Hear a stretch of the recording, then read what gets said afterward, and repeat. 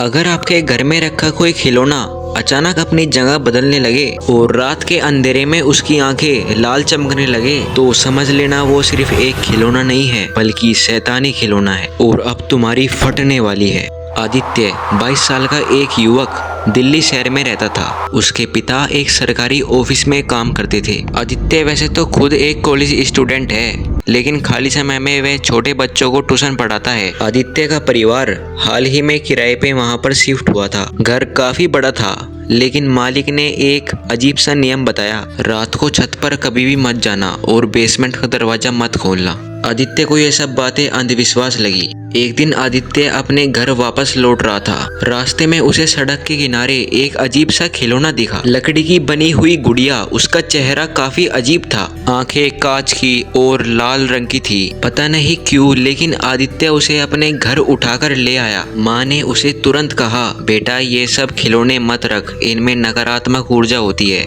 लेकिन आदित्य ने हंसकर कहा, माँ ये सिर्फ एक लकड़ी का टुकड़ा है। उसने वो खिलौना अपनी पढ़ाई के टेबल पर रख दिया। उस रात जब आदित्य सो रहा था, अचानक उसे ऐसा लगा जैसे कमरे में कोई हंसी गूंजी हो। उसने उठकर देखा तो कमरा खाली था, लेकिन वो खिलौना चमक रहा था।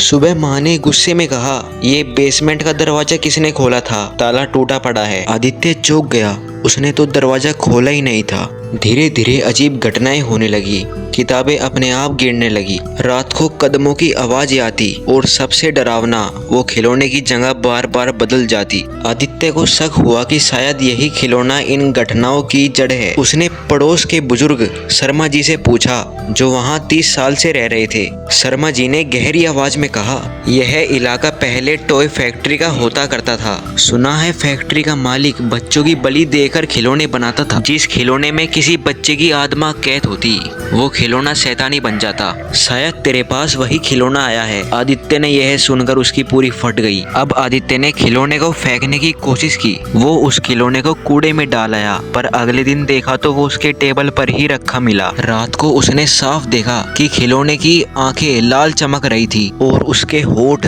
धीरे धीरे हिल रहे थे, जैसे कोई मंत्र बड़बड़ा रहा हो। खिलौना अचानक से फर्श पर गिरा और बेसमेंट की तरफ लुढ़क गया। आदित्य के तो पैरों तले जमीन खिसक गई। आदित्य ने हिम्मत जुटाई और बेसमेंट में जाने का फैसला किया। हाथ में टॉर्च लेकर वो नीचे उतरा। बेसमेंट की दीवारों पर खून से बने हाथों के निशान थे। बीच में एक टूटा हुआ लकड़ी का बॉक्स रखा था, जिसमें खिलौने का आधा हिस्सा रखा हुआ था। जैसे ही आदित्य ने टॉर्च डाली, वो आधा हिस्सा भी उस आधे हिस्से में जाकर जुड़ गया और तभी एक डरावनी चीख गूंजी, मुझे आजाद कर दे वरना सबको ले जाऊंगी। बेसमेंट का दरवाजा अपने आप बंद हो गया। अंधेरे में खिलौना बड़ा होने लगा और अब वो 6 फीट तक बड़ा हो चुका था। उसकी आंखें लाल चमक रही थी और उसके हाथ पंजों जैसे हो गए थे। आदित्य ने डरते हुए अपनी जेब से एक ताबीज निकाला, जो उसे उसकी माँ ने दिया था। उसने जोर से मंत्र पढ़ना शुरू किया। खिलौना चीखने लगा और ठंडी हवा चलने लगी। बेसमेंट की चीजें उड़ने लगी। आखिरकार खिलौना धुएं में बदल गया और बॉक्स में जाकर बंद हो गया। सुबह जब आदित्य को होश आया, वो बेसमेंट की जमीन पर पड़ा था। बॉक्स पर अब ताले लगे थे और उस पर खून से लिखा था, मुझे मत खोलना वरना मैं लौट आऊंगी। आदित्य ने तुरंत बॉक्स को ले जाकर मंदिर में बंद करवा दिया। लेकिन कहानी यहीं खत्म नहीं होती। कुछ हफ्तों बाद पास के स्कूल की एक छोटी बच्ची अपने घर वापस आई और अपनी माँ से बोली, माँ देखो, मुझे ये सड़क पर पुराना प्यारा सा खिलौना मिला है। और हाँ, वो वही शैतानी खिलौना था।